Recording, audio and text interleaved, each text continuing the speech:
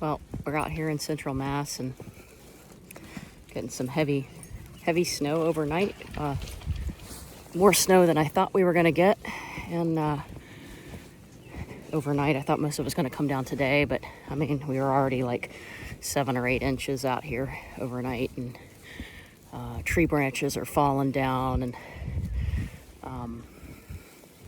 the dog's having a great time. But because I didn't think we were going to get this much snow last night, I didn't turn off my electric fence for my bees, and I gotta go do that. Well, I already have an issue.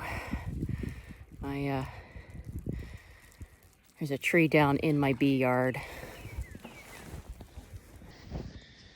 So you can see all the trees are bending over, and well, there's the tree.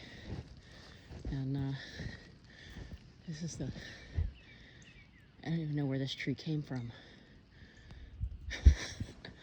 Oh, now I see it. Luckily, it fell kind of right outside of my fence and not actually on any of my hives. So that's okay. But you can see how much snow we got just overnight. It's going to continue all day today, and this is going to be a hot mess. But I got to get under here. And right there is my charger still clicking away. All right. I've only been out here like 3 minutes.